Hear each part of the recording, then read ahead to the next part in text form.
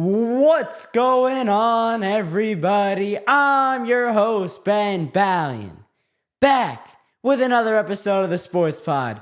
And today, I'm going to tell you why the New York Knicks are not an elite team yet. I'll get into all of it on the other side of the intro. Hit it. DiVincenzo a three. Bang! Bang! At the wall, he jumps. It's gone. He did it. He did it. Pete Alonso with the most memorable home run of his career. All right, getting into the episode. Let's just jump right into it. I don't want to waste time with some opening stat or something. Well, actually, I'm going to start with a stat. Since the Knicks' 9-game winning streak, which started about a month ago, about one less day than a month ago from today as I'm recording this on January 14th. Since that 9-game winning streak, the Knicks have lost 5 out of their last 7 games. I repeat, 5 out of their last 7. Let's see, 2 of those games are against OKC. Okay, that's probably the best team in the league right now. One of those games is against the Magic. The Magic are banged up, but they're still a solid team. I can kind of get behind it, not really. One of those games is against Detroit, another team that's like mediocre. The Detroit Pistons are they're I think they're a playing team right now as it stands, but and they've won I think 7 out of 10 games or something like that. So they're a good team, right? They're playing good ball right now. But still, you should be beating the Pistons if you have championship aspirations.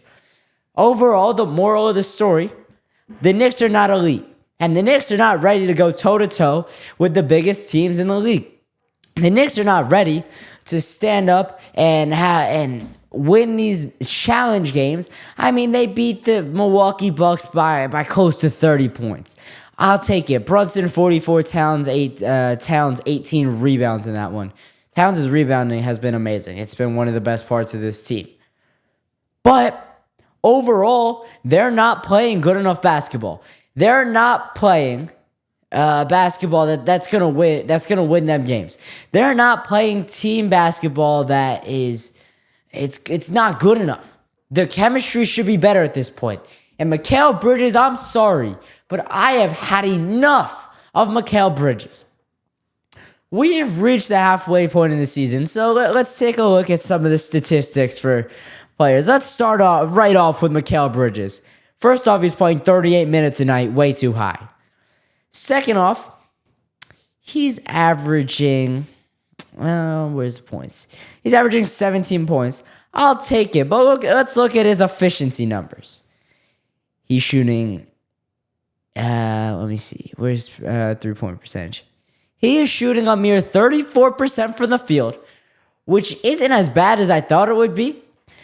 But there have been stretches over the last couple weeks where it's like, Mikal Bridges, 1 of 18 from 3. And it's like, dude, stop shooting at this point. I get shooters shoot their way out of slumps.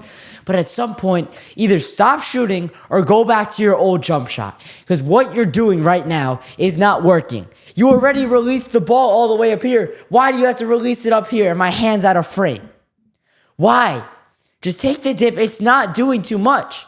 It's not. Like, that's the problem. If the dip was causing him to get blocked or it was causing him to not be able to get shots off, then I see where he has a gripe. But right now, when his shot is fine as it is and he doesn't need to add this dip into it, it makes no sense why he's trying to do it when it's negatively impacting his play. It's negatively impacting his performances over the last, pretty much the whole season. I mean, December he played solid, averaged 22 points in the month. But he hasn't been good enough outside of that 1 month. He hasn't been good enough. So I need to see a lot. I need to see a lot from Mikal Bridges as we get down this stretch. Because at the end of the day, he's here to help us in May. He's here to help us in the second half of April.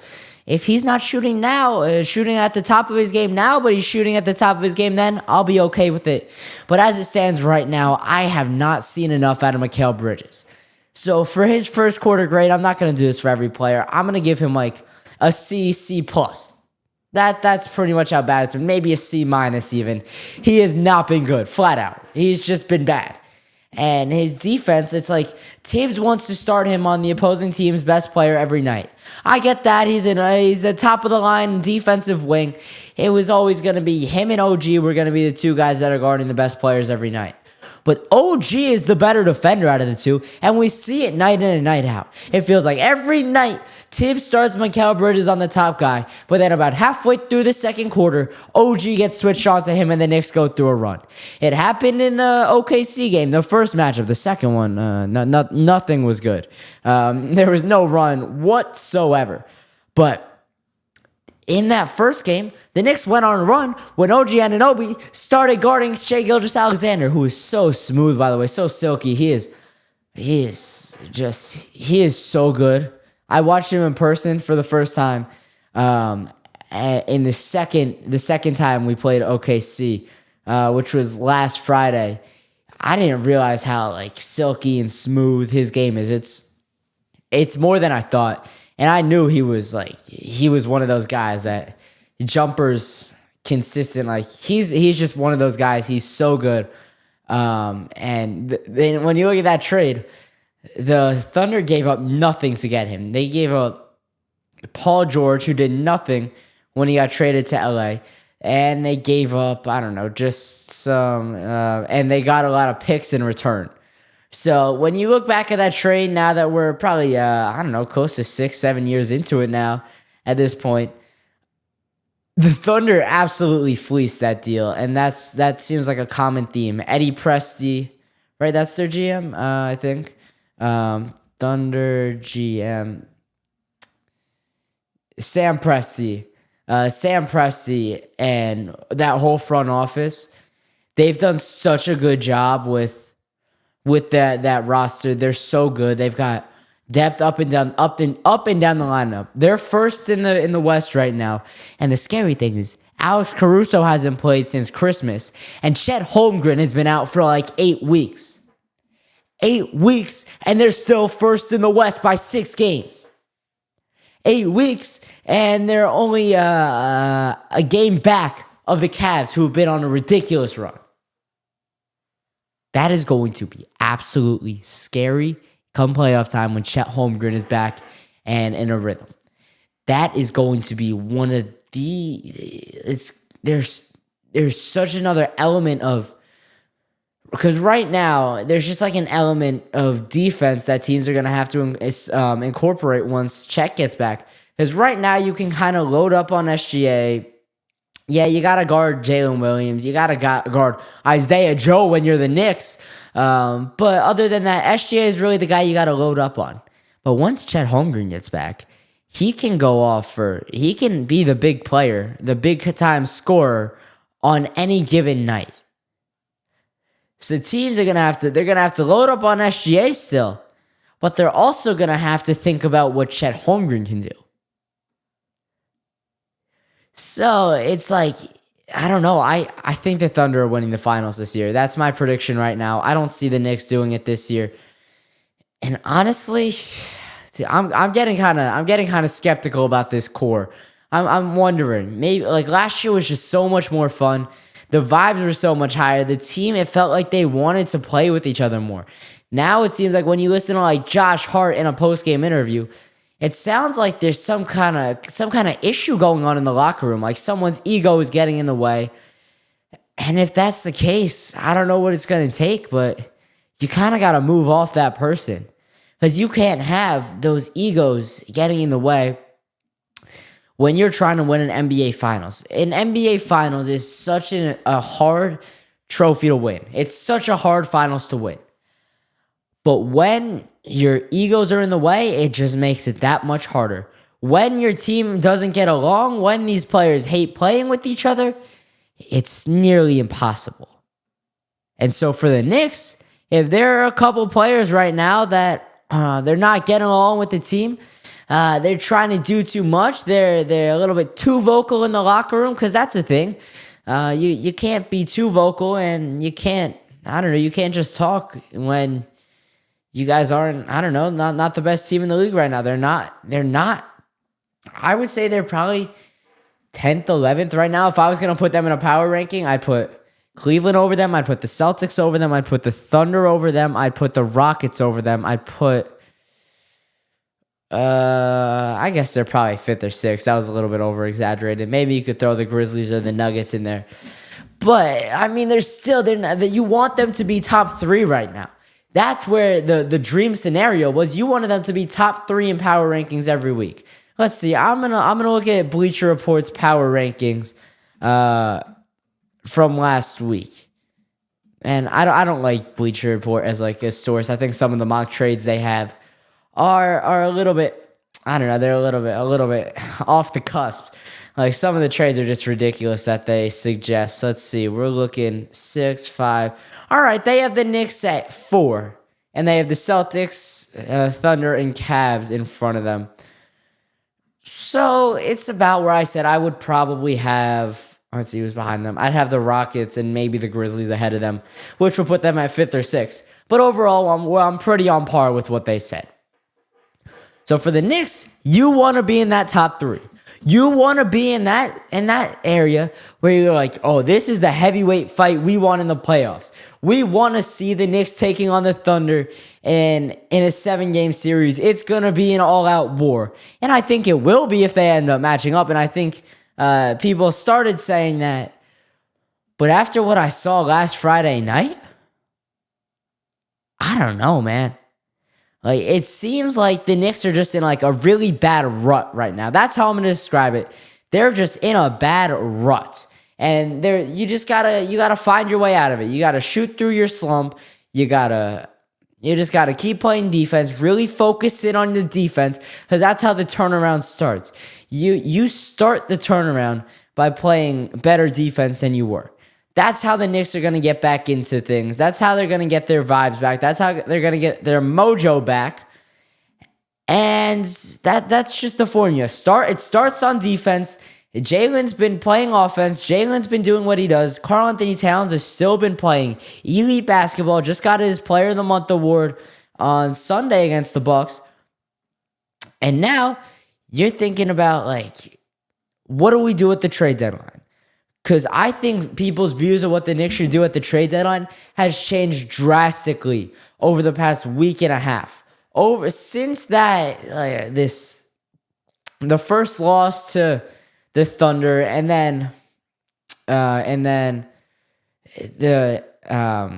to where we are right now, losing to the Bulls, losing to the Pistons, losing to the Magic in a game that you easily could have won, losing to who else? Let's see, who else did they lose to? They lost to. Did they lose to? Let me see. I'm looking here. Losing to. I think I got all of them.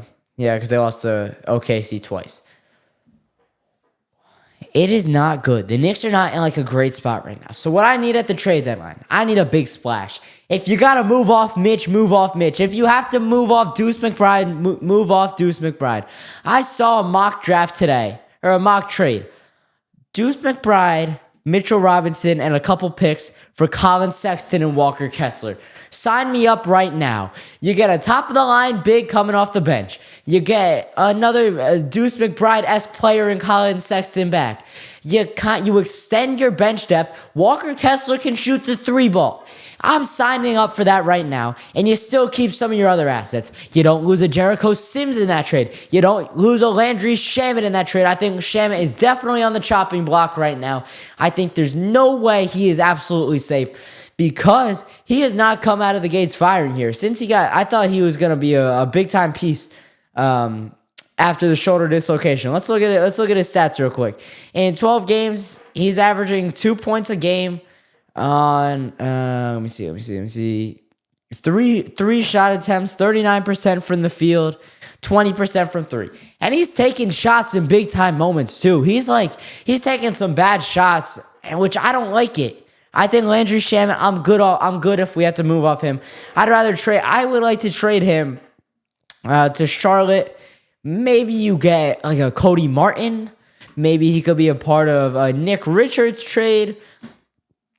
And so there is some flexibility that the Knicks have. There is some sort of way that the Knicks can get back to real contention. Like if the Knicks trade for Jonas Valanciunas and they trade for, I don't know, maybe Nick Richards and Cody Martin. Let's see. If you trade, you can't trade Landry Shamet because he's got the recently signed thing. Right. That's just great news. Let's see. If you're going to trade Jericho Sims to the Hornets, he's making $2 million a year. You could get Cody Martin. You'd have to make the money match up. So you would probably put someone like, I don't know, maybe you would move off of a campaign in that spot. Let's see if the cap matches up there. Try the trade. No good. All right. But you get the idea. You're going to trade Jericho Sims. You're going to trade probably Deuce McBride because he's a younger guy. To the Hornets. I want to get Nick Richards. I want to get Jonas Valanciunas. I would like Colin Sexton and Walker Kessler if the Jazz are looking to sell. But I get those are probably not going to happen. Who else did I like? Oh, I had a trade. I had a mock trade early last week. It was for the Knicks to acquire Marvin Bagley and Justin Champagnie from Washington. Let's see what I have. So you could trade Marvin Bagley and Justin Champagnie for Mitchell Robinson straight up, and I think the Wizards would do it. I think that could work because, let's be honest, the Wizards have no culture. They have no direction as a franchise. So I don't know what they're building for. And you got somebody like a Mitchell Robinson who's one of the better rim defenders in the league, one of the best interior protectors, one of the better rebounders as well. You could bring in Marvin Bagley. He's got the measurables. He's got the potential. Maybe a coach like Tibbs can coach him up and he could be a viable piece down the stretch. And Justin Champagnie, I like what he did against the Knicks when I was watching that matchup. I'm going to be honest, I don't watch a lot of Washington Wizards basketball, but I like what he did. So maybe you could just extend the rotation with him a little bit. He's another guy. He's a guard. He's actually a forward, 6'6". I didn't realize that.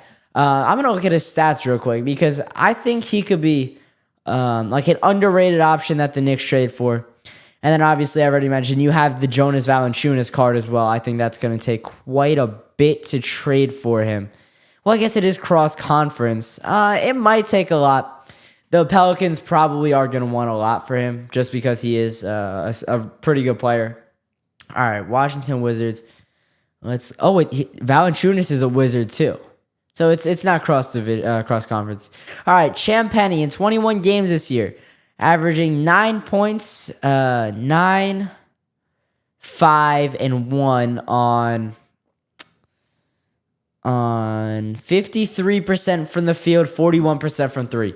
Yeah, Leon Rose, go get me Justin Champagnie.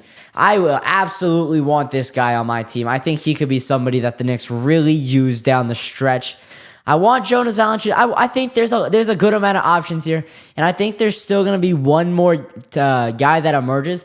But at the end of the day, I don't know what kind of offseason or trade deadline Leon Rose is going to have. I think there's potential for Leon Rose to have another quiet trade deadline. It's happened back-to-back years at this point. I mean, he traded for Josh Hart 2 years ago. Last year, he traded for Precious. Precious doesn't. I don't really count that one. He traded for Bojan Bogdanovic. I think those were the two main trades. So yeah, I think that's it. But I think Leon Rose has, there's a really good chance that he has another quiet trade deadline. And I would just not like that. I would not. I think they need to add. They don't have enough depth to do it right now, and they need to add. But at the end of the day, we've only played 41 games. The Knicks are still 26-15. They're seeded third in the Eastern Conference, so why should I be complaining so much? They're just in a rut. They'll break out of it eventually.